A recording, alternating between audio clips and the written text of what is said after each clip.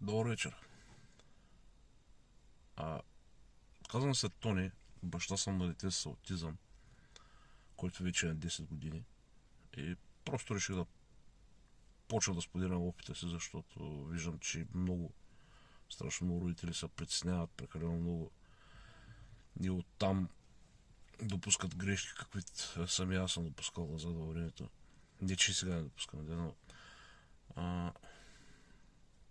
вече сме значително по-добре, имаме огромен напредък и повярвайте ми, не е с лечение, просто с отношение.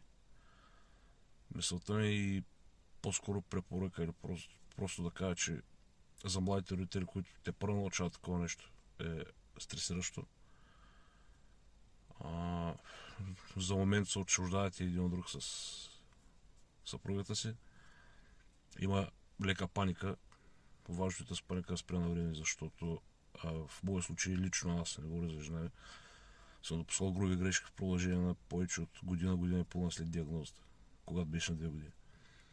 И това доведе до всяко мое крясване, всяка моя проява на нетърпение водеше до отдалечаване на детето от мен. Въпросът е, че го осъзнах доста късно. След като го осъзнах, обаче успях да се променя, започнах да се самообразувам общо взето, защото всеки ви дава някакъв акъл, но много често те слагат всички под една шапка, нали? Те са аутисти и така, но много често само вие знаете точно как да постъпите с детето си. Важно е, да, мога да се слушат в някакви практики, но е важно за мен да се опитат да усетите детето. И някак се да успеете да стигнете до него. При нас беше доста трудно, значи той проговори на може би 5,5-6 години. За първи път каза мама. Но в момента говоря повече отколкото трябва. Мисълта ми беше, че през тези 3 години споделям го само като опит, не ви казвам какво да правя. През тези 3 години ние сме говорили постоянно с него, независимо дали той отговаря или не. Сещате се, че до 6 години не е отговарял. Но поне решихме да опитаме и аз и жена ми, каквото и да се прави, дори лекарство да му даваме, обяснявам като на голям, както бих обяснил на приятел. Тате, даваме ти парацетамол, примерно, защото имаш температура. Това е нещо, което ще ти помогне, показва му етикетите, разглеждаш ги само в началото, сега чете всичко. Но някак се махна това, нали, както нормалните хора се гледат децата с писто и лекарство, то ще ти помогне и до там. Няма абсолютно всичко се обяснява, просто той за мен беше един трети възрастен вкъщи. И постигахме някакъв успех, наистина. Имаме още много път да изминем. Както казвам, не е нещо опасно, че детето ви с аутизъм, запомнете това нещо. Значи, всички родители вървят по един и същ път. Проблема е, че ние вървим по същия път, само че ние сме боси, трябва да стъпваме по-внимателно.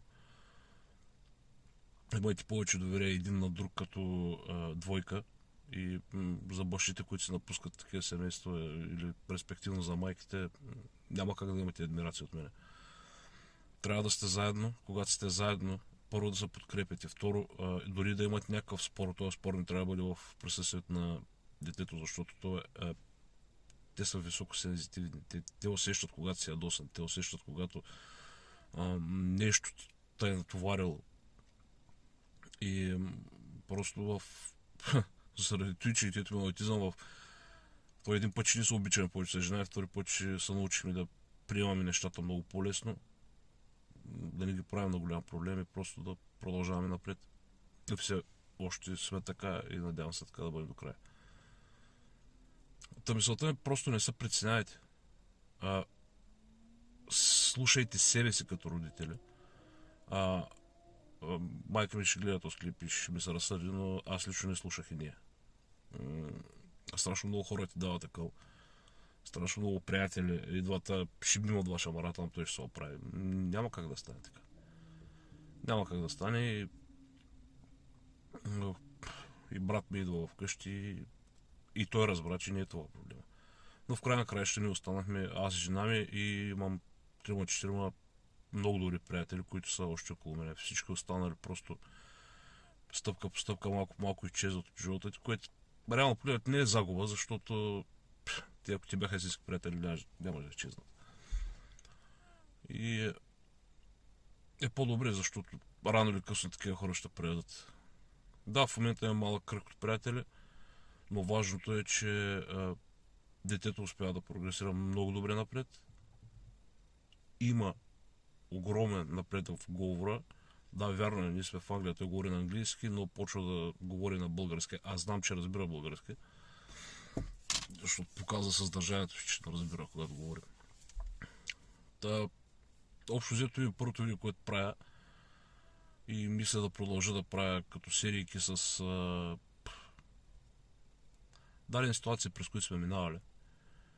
И евентуално, ако има интерес, ще продължа. Евентуално имам идея да правя видео срещи с такива родители, да споделим опит, да се съветваме по някакъв начин. Защото аз знам по себе си, че в момента, в който дойде диагнозата и мини страшния момент, нали, приемете всичко, никой друг няма да го разбере. Нито на детската площадка, нито в семейния кръг някой ще разбере това, което чувствате вие, защото бабата си е баба, но майката си е майка, бащата си е баща. А такива родители като нас, когато се съберем и си говорим, ние си говорим за познати неща, защото преживяваме общо взето подобни, не еднакви, но подобни историки ежедневно. Така ще има, надявам се да имам коража да правя още видеа, защото самия се притеснявам да правя това нещо. Но виждам, че